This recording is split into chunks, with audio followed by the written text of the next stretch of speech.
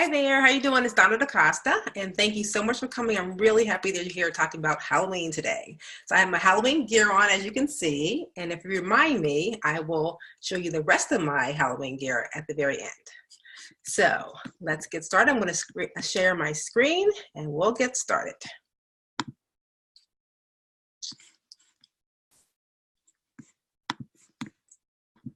Alrighty. So the 4 secrets to taking the fright out of Halloween.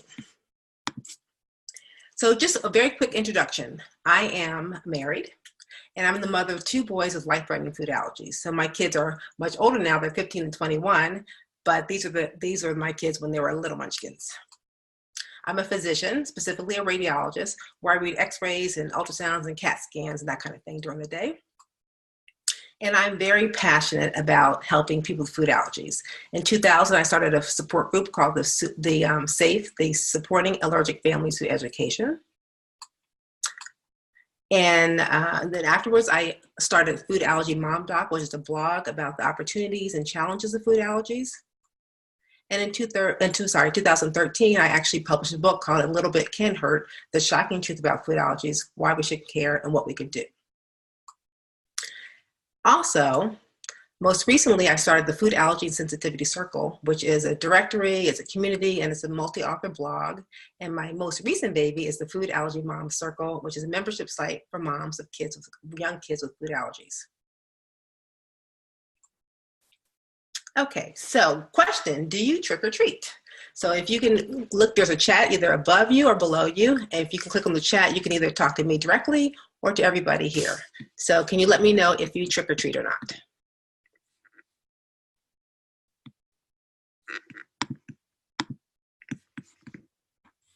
Okay, I see one person says no. I see a yes. And a few yeses there. Okay, great. So I'm glad you guys trick or treat. So we're going to talk about how to have a safe Halloween and trick or treating time. And then one person, Gail, says we used to, but my kids have outgrown that. Okay, so next. So the 4 secrets to taking the fright out of Halloween. We're going to talk about what to do before Halloween or trick or treating, during and after trick or treating, as well as some nice fun alternatives for the whole family. So number 1, what do we do before actual trick-or-treating? Well, there are a couple things. Number 1, I think it's really important just to ask your child, do they even want to go trick-or-treating? Because they may not even want to go. And you may be going through all these things and worrying about all this, and they don't even want to go. I know my kids younger, they wanted to go, but as they got older, they had homework and they didn't really feel like it. So, I mean, just ask them. Your kids may or may not even want to go. So it's really important to involve your child in the process and which will help to empower your child as well. So just ask them, do you want to go trick-or-treating? Okay, the other thing is costume selection. Excuse me. So particularly if your child is contact sensitive, you may want to select a costume that has gloves. And here in Maryland, when we go trick-or-treating, it's often pretty cold. So a lot of times the kids have gloves on anyways, but you may want to have some kind of costume where, my kids one time had like a gorilla costume where they had gloves on so that could protect them from any kind of allergens. You also might want to enlist the neighbor's help. So I haven't particularly done this, but I know people who have. They've gone before Halloween and actually given neighbors candy to give to their children when they come trick-or-treating. So I know one of my neighbors actually, I didn't give her anything, but she was so nice because she knows my kids have allergies when they're young. She would actually have a special basket for them, of non-food things and toys and that kind of thing, the little cute things. And she would give that to my kids, they would come by. So you might want to enlist the neighbor's help. You can deliver candy before Halloween so that they can in turn give candy to your children. Another thing before Halloween is to pick out safe candy and toys. So we love to go to the dollar store and we get, or the, Targets, whatever, and we get allergy-friendly candy.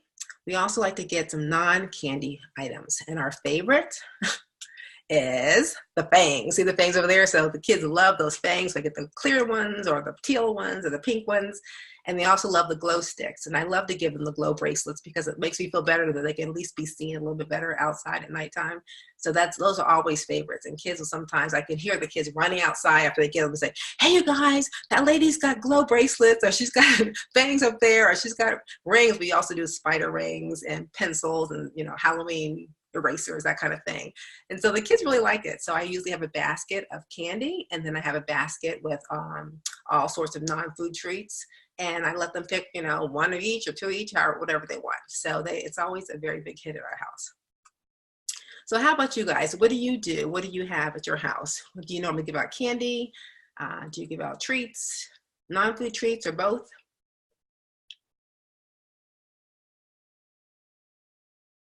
Okay, so I see a couple treats, some change in there. Okay, anything else? I know like I said, I like to give out those little, I know one time I gave out these spider rings, and so someone said, oh, my teacher's gonna love this. I'm gonna put this on the desk. I'm like, that's probably not the best idea, but I do like to give out other things. Anything else you guys give out? Candy. A lot of times we give fruit candy so that my kids can actually eat the candy if there's any left over, which there usually isn't, but so I get candy that my kids can eat and hopefully other children with food allergies can eat, as well as the non-food treats.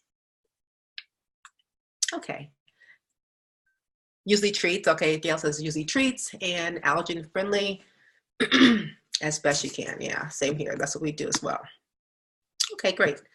So another thing to do before Halloween is to decorate the Teal Pumpkin. So I hope you all have heard about the Teal Pumpkin Project, which is a nationwide campaign that promotes awareness, inclusion, and community. And basically what it indicates, if you have a pumpkin that's teal outside your door, it indicates that you have non-food treats for people with food allergies or any other condition, truthfully. So you can place the pumpkin on your doorstep. Here are some that are decorated really nicely. I usually get like a plastic one and put it out every year, but you can get, actually the grocery stores sell them now, and craft stores sell them, or you can paint them. One year I did paint them, I went all out. But you can put them at your doorstep, and then, excuse me, the kids coming in will know that you have non-food treats. So does anybody here participate in the Teal Pumpkin? Have you guys done that before? We actually did this way before it was actually called the Teal Pumpkin, but I do participate. Okay, yes, I have. Just put a Y in the chat if you actually participate. Okay, great. Y, yes, yes. Someone hasn't heard of it before? Good, I'm glad. Okay, so we have some yeses, great. Excuse me. Okay, so what do we do actually during trick-or-treating time? Number one, I would feed those guys. I don't know about your kids, my kids are like always hungry. Mom, I'm starving. So I would feed them first to make sure they don't have nice full bellies. And I don't want them to have an empty belly because I don't want any temptations while we're out trick-or-treating. Next, you want to take 2 epinephrine autoinjectors, nothing new there, and in addition to a flashlight and your cell phone, which likely has a flashlight on it as well. And then we also enforce a no eating policy. So I want to make sure the kids do not eat while they're out trick-or-treating. I explain to them that we can't check the labels while we're out, and that we need to make sure that everything's okay and safe for them. Pardon me. And we want to keep them, excuse me, safe. Let me just get a drink of water real quick. Thank you. We want to keep them safe and make sure that they have fun. So also during Halloween, we wanted to pick up, we want to have the kids pick safe candy. So when they come to somebody's store, a lot of times people will just have a big platter out, and they can pick what they want. So pick what they think is safe. I would encourage them to pick candy that they recognize, that they've had before maybe. And if there's something there that that they cannot have, they know they can't have, then they can actually just politely decline.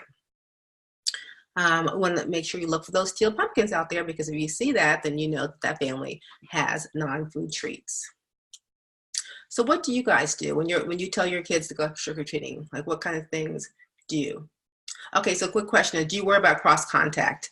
Like I said, you can have the gloves on and make sure you're actually not actually cross contact. We do. So I do not let my kids eat anything when there's any may contain. So they'll go ahead and they may take a candy, but when we come back home, we'll talk about what we do when we get back home. But I don't let them eat anything that is that may contain something. Now, if there's a bowl there that has open food or whatever, I would just have them not take that, because I want to make sure that nothing touches their food. But I always have them wash their hands before they eat their candy as well. So that's how we handle it. And obviously, it's going to depend on how severe your child's allergies are and what your doctor recommends. Okay. Excuse me. Okay, so what do you do afterwards? So after they come trick-or-treating, what we do is to come back and we have what's called a sorting party. So we dump all the candy from both kids on the ground in the family room, and then I have them sort through. And it really involves them in this whole process to keep themselves safe, really. So they go through and they make a safe pile and they make an unsafe pile. And they look at all the ingredients, and I have them do that first. And then I go through and I look at it with them. And when they were very young, they made lots of mistakes, and there are a lot of things in the safe pile that really were not safe, and vice versa. So, but over time, they got much better at this. And after a while, over years, I don't even have to do it anymore. But I think it's really, my opinion, it's really important to involve them in this process early on. It helps to develop label reading skills, and it helps to empower the kids as well. So have you guys tried this at all? Do you do any kind of sorting party, like after you bring the candy back? Has anybody, have the kids look at the candy, or do you look at the candy? Or do you even have them touch the candy? I mean, that may be a factor as well. Okay, so a couple people have tried to do something like this. And they did a swap. Okay, so there's someone said that they did a swap out and they trade candy for safe stuff that they have. And that's what we're going to actually talk about later too. So great. Yeah, that's a great idea as well. Thank you. Okay, so nice segue. Speaking of afterwards, so after you go trick-or-treating, what do you do? So you can switch out the unsafe candy, like someone just said. You can have the fairy witch, or the witch could come in and they can, switch out the candy overnight to make it kind of mysterious. Or you can give away the unsafe candy to someone else. You can take it to work, or you can take it to a hospital, or whatever, another place. Or some people have the great pumpkin. That great pumpkin will visit overnight, and they will swap out all the candy for safe candy with the kids. Excuse me, for the kids. And you may also want to exchange it for toys. So you can kind of make it like a little math game if you want to. 5 pieces of candy, you get 1 book, or 5 pieces of candy and you'll get a toy, or something like that. So some people actually have an exchange or barter system where they can exchange the candy for different safe items. And the other thing is a neighborhood candy exchange. So you may want to involve your whole neighborhood after Halloween, and then the kids can all swap the candy, and then you can find out, what candy is okay for your children, and you can give the unsafe candy away and swap it for a safe candy. Alrighty, so some trick-or-treating alternatives. So you don't have to go trick-or-treating. Actually, a lot of neighborhoods now are not even having trick-or-treating. We still trick-or-treat in our neighborhood, and actually a lot of people come into our neighborhood to trick-or-treat, but you don't actually have to do that. You could check your I was going to say the paper, but I don't think does anybody look at the paper anymore? Check the internet for different local activities. Maybe sometimes the zoo will have some kind of like festive activities around Halloween, or a theme park. And we have a Six Flags near us, and they have all kinds of decorations and festivities for Halloween. There may be a sporting events like a baseball game or a basketball game, something like that, where they have like a Halloween theme. The aquarium may have something, and you may have something called a trunk or treat. So I know our church, we have a really big outreach where we have what's called a trunk or treat. So people decorate their cars, the trunks of their cars, and they have candy there to give to the kids as they come through the neighborhood. They also have hay rides and food and that kind of thing. And they even have a certain trunk that's decorated for kids with food allergy for the Teal Pumpkin. So, take a look and see if there are any kind of trunk or treat activities in your neighborhood. And there may be some allergy-friendly festivals that you can attend as well. Have you guys tried any of these? Do you basically trick or treat, or have you gone to like the zoo or trunk or treat? I know there's some trunk or treats around, so if you look at my website, it's foodasc.com, and look at the top under events, I will list some there. And if your organization has a trick or treat or some kind of Halloween event, you can let me know. Just email me at donna@foodasc.com, and I can add it to that list as well. Okay, another alternative, movie night. So you can either go out to the movies, or you can check out Netflix and find something for the kids to watch. Or maybe you can find like a DVD or an old copy or something of It's a Great Pumpkin, Charlie Brown, and have a great time just watching the movies and hanging out with the family. or friends. And then lastly is a Halloween or harvest party. So this way you can have music and you can have activities and games, and basically you can control the food and the candy that you're bringing into the home or that the kids are consuming. So this might be a great alternative to have. Just have the party at your house, and then you don't have to worry about trick-or-treating and whatnot. Okay, so quick recap. Number one, before trick-or-treating, you want to ask your child, do you even want to go trick-or-treating? They may not want to. Costume selection, think about having gloves, particularly if they're contact sensitive. And enlist the neighbor's help. So maybe you want to give safe food or treats to your neighbor to give to your child when they come around trick-or-treating. And then pick out safe candy for your kids, as well as some toys that your kids or the neighbors might like. And then remember to decorate those teal pumpkins and put them out on the doorstep so that other kids will know that you have non-food treats. Okay, during trick-or-treating, remember, number one, feed the kids first. Make sure they're not hungry while they're out trick-or-treating. Take your 2 epinephrine auto-injectors. Remember, no eating policy. And then have them pick the safe candy. And if they look and there's just no candy that's available to them that's safe, they can just say, no, thank you, or I prefer not to have any. Or you can say, they can even, if they want to, they can say, oh, I have allergies, I can't have this. So several times my kids, when they're younger, they would say, oh, and we see like all this nut candy. And they say, oh, I'm sorry, we can't have any. We have food allergies, but thank you very much. And that was fine. That kind of educated the person as well. And so they said, oh, really? And sometimes they would ask them about their allergies. It just kind of depends on how forward your child wants to be and how outgoing they are. I want to talk about that.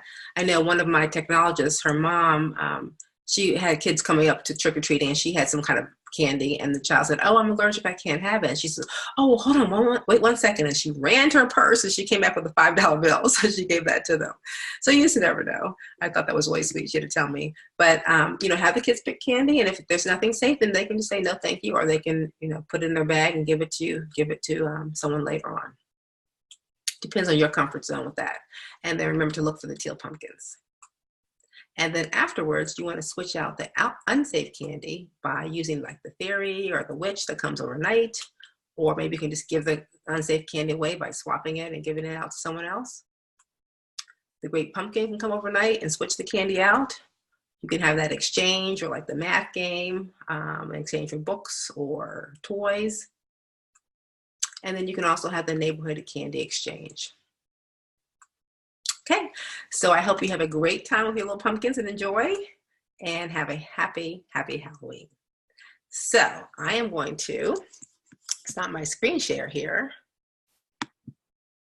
Thank you, and thank you guys so much for coming. I really appreciate it. So do you want to see my Halloween costume, the rest of my costume? Because I don't really dress up that much, but a little bit. Do you want to see the rest of it? Let me see. Does anybody want to see it?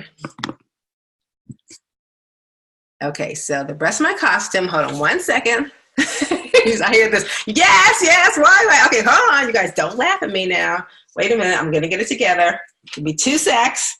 It's almost there. Almost, hang in there. Voila. So have a happy, happy Halloween. And do you guys have any questions? Any more questions for me? Okay. Happy Halloween to you too. Thanks so much for being here. I appreciate it. And you guys have a great time and be safe out there. And I'll see you on the 31st. Bye-bye.